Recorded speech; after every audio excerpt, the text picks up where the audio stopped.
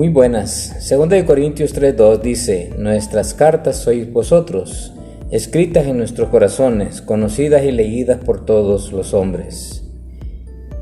La carta de recomendación de Pablo. ¿Acaso Pablo necesitaba una carta de recomendación? Él tiene una, sí, efectivamente. ¿Quiénes eran? Los corintios cristianos.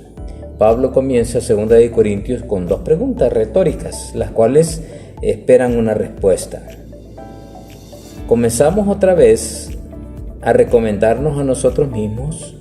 ¿O acaso necesitamos, como algunos, cartas de recomendación para vosotros o de parte de vosotros a nosotros?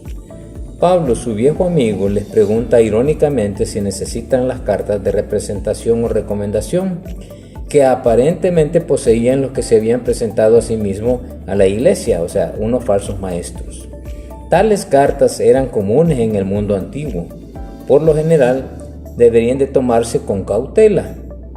El hombre de Estado, llamado Cicerón, escribió muchas de estas cartas. Sin embargo, los receptores terminaban tan hastiados que a veces él sentía que era necesario escribir una segunda carta para que ellos supieran que deberían de tomar la primera carta de una manera muy seria. En otras palabras, por lo general las cartas de recomendación no valían ni el papiro sobre el cual se escribían. Ahora, ¿por qué Pablo escribe esta carta? Porque habían falsos maestros que estaban torciendo las enseñanzas de Pablo y desacreditándolo. Y dice Pablo que no era necesaria en estas cartas. Los creyentes corintios lo conocían bastante. La única carta de recomendación que requería ya había sido escrita.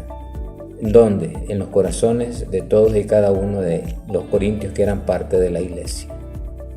Dice el texto: nuestras cartas sois vosotros. Pablo tiene una carta de recomendación, pero no está escrita en papel.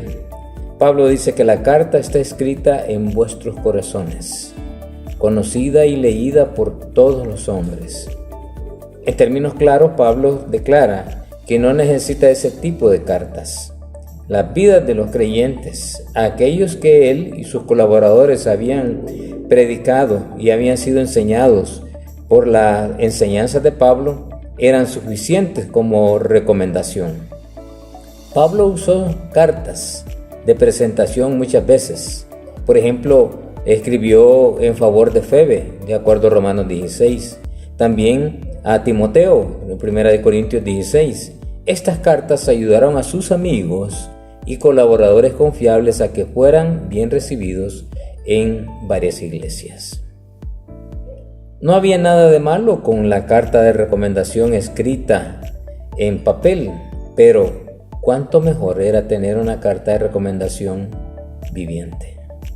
Los cristianos en Corinto, junto con los grupos de cristianos donde quiera que Pablo trabajó, eran la carta viviente para validar el ministerio de Pablo. ¿Era importante para él esto? Sí, por las falsas enseñanzas que se estaban dando, y justamente ese era el propósito de la segunda carta a los Corintios.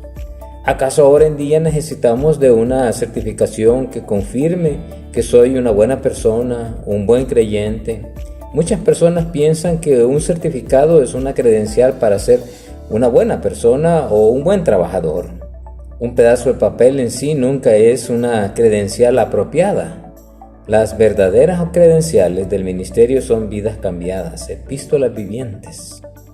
También podríamos decir en relación al liderazgo: guarda tu papel para ti mismo y muéstranos las vidas cambiadas por tu ministerio.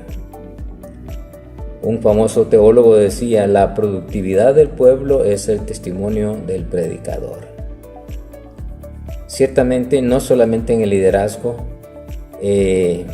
eclesiástico, sino para nosotros. Pero todos somos ministros, como Pablo dice en 2 Corintios 3:6. Pablo afirma que Cristo nos hizo ministros competentes de un nuevo pacto, no de la letra, sino del Espíritu.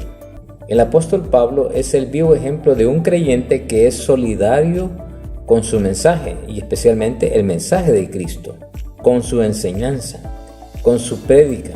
Así como Pablo, yo debo ser un ejemplo digno de ser imitado en la familia, en el trabajo, con mis amigos y en todos los ámbitos donde yo me desempeño. Confirmemos nuestro servicio a Dios con hechos vivientes.